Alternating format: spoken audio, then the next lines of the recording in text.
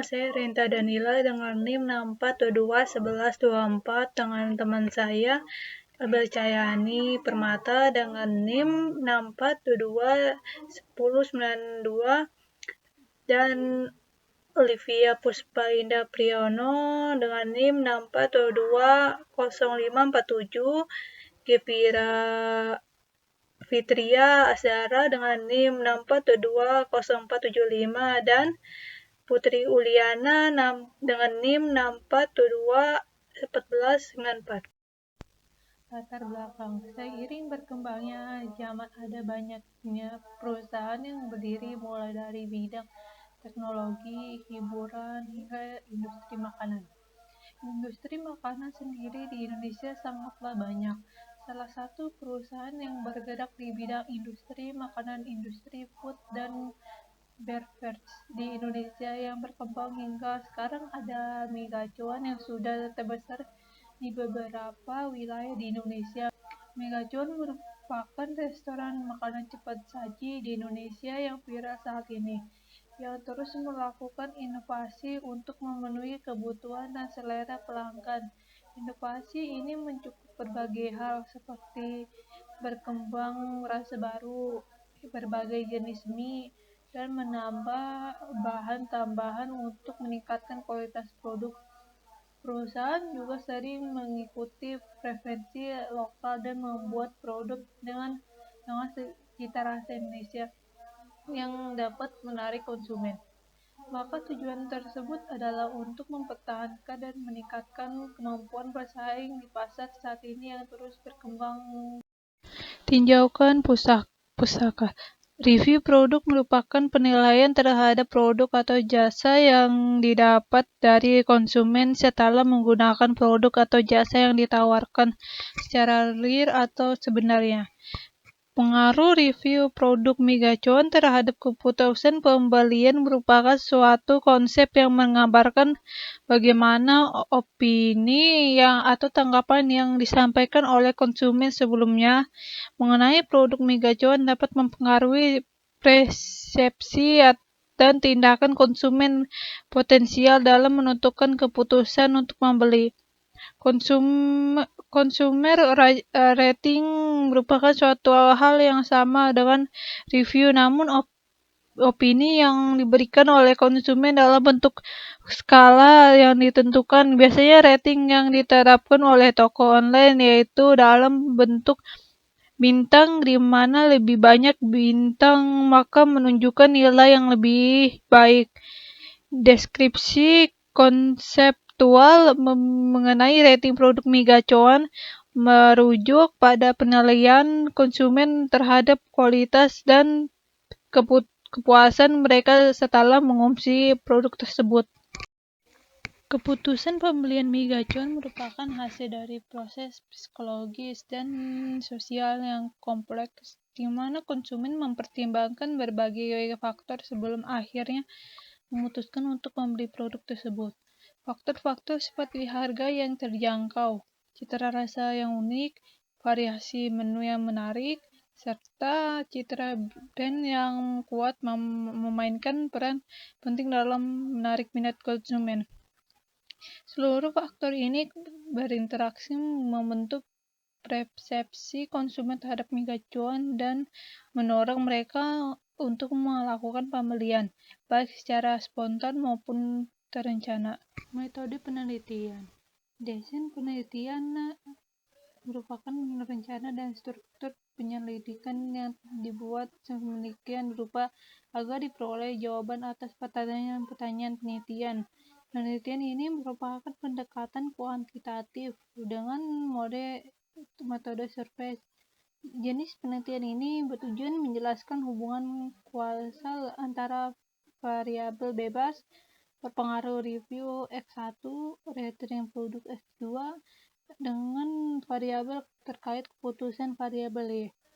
Populasi dalam penelitian ini terdiri dari 100 responden. Dari populasi tersebut, kami mengambil yang sampel sebanyak 100 responden dengan menggunakan kriteria sampel seperti pernah mengonsumsi mengacuan berusia 15-30 tahun, serta pernah melihat atau membaca review dan rating produk sebelum membeli.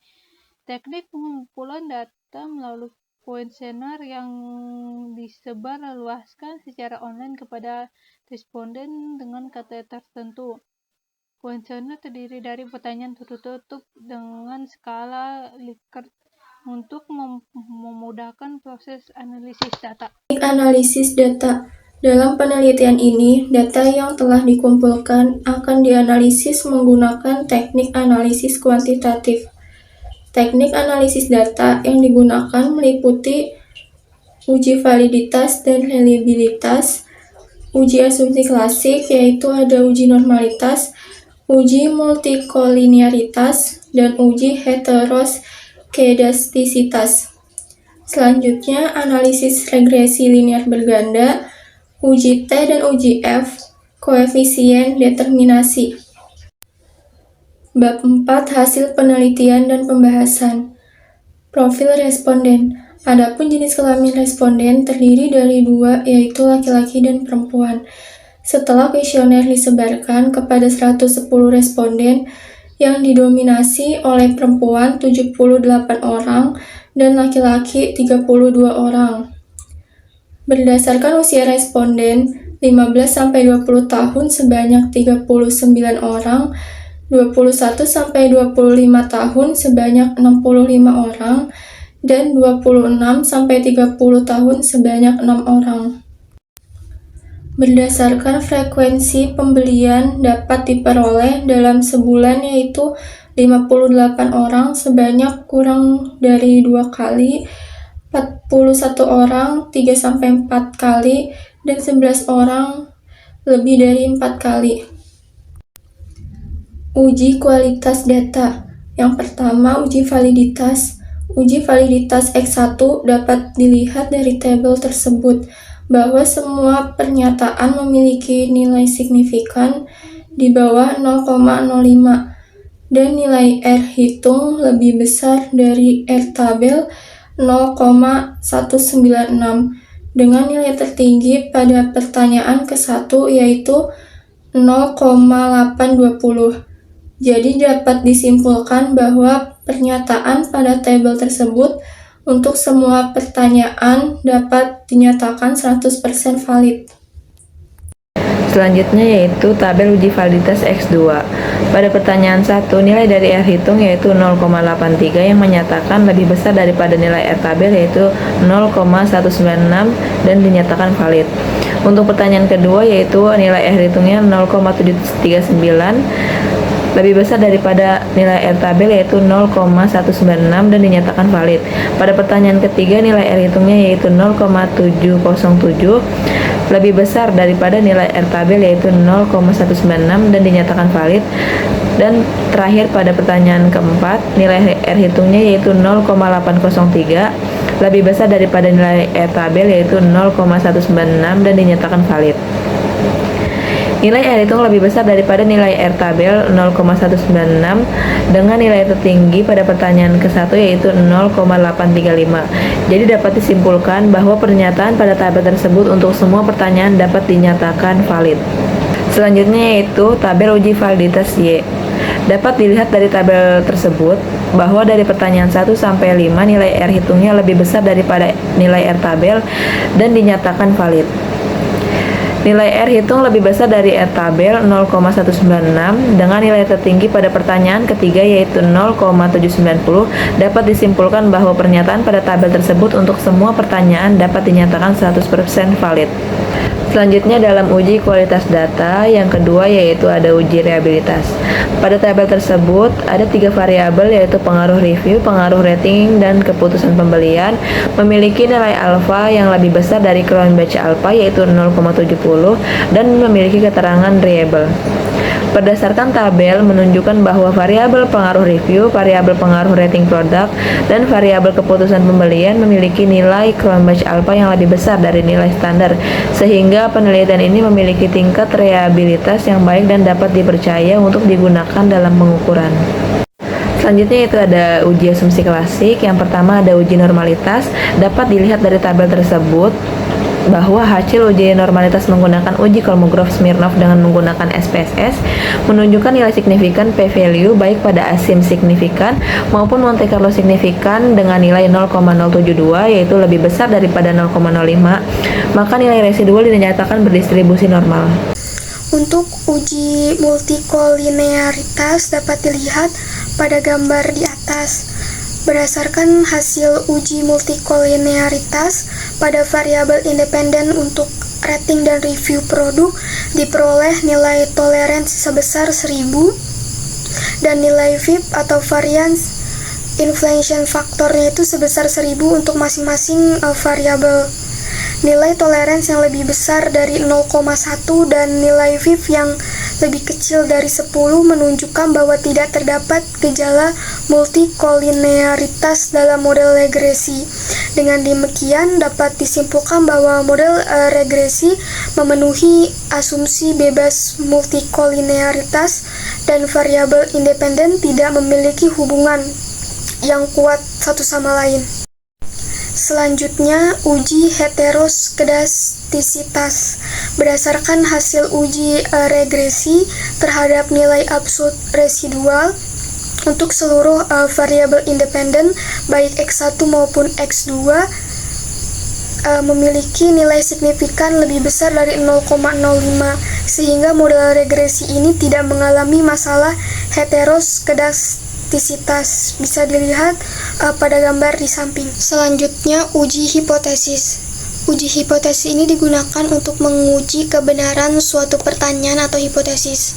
Uji hipotesis ini sendiri terdiri dari uji T dan uji E. Uji T digunakan untuk mengukur seberapa besar pengaruh variabel secara sendiri-sendiri, sedangkan uji F itu digunakan untuk mengukur semua variabel bebas secara bersama-sama atau simultan. Uji T-nya yang pertama itu pengaruh X1 terhadap Y.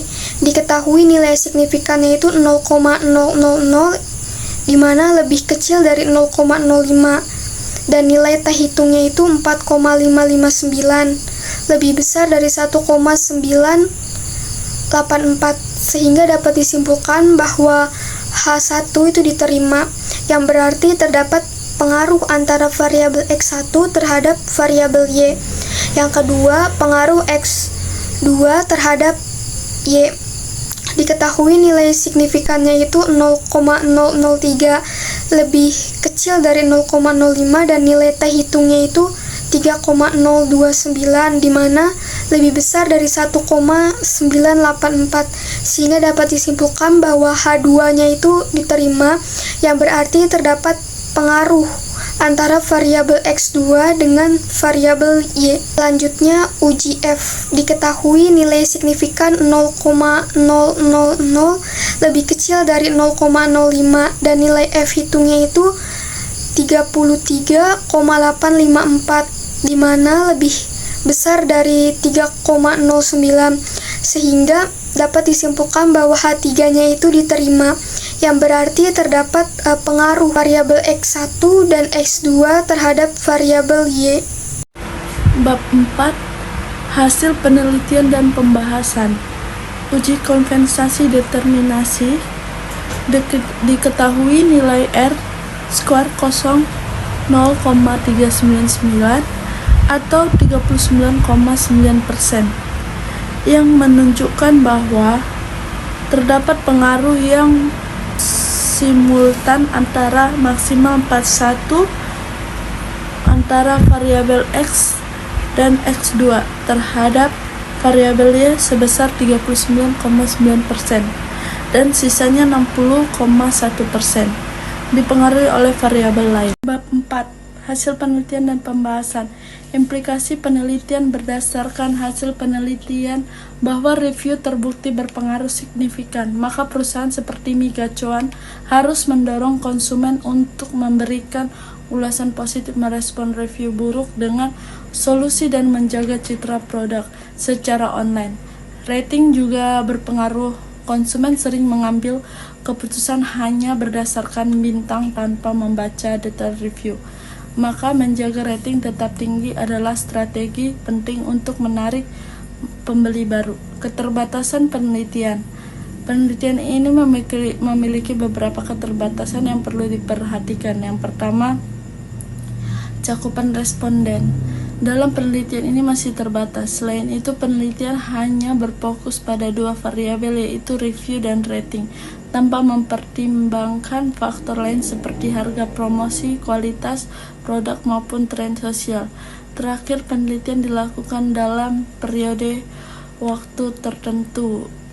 Hasil belum tentu relevan. 5. Penutup kesimpulan. Berdasarkan hasil analisis data menggunakan SPS, diketahui bahwa review dan rating produk Migacon memiliki pengaruh yang signifikan terhadap keputusan pembeli.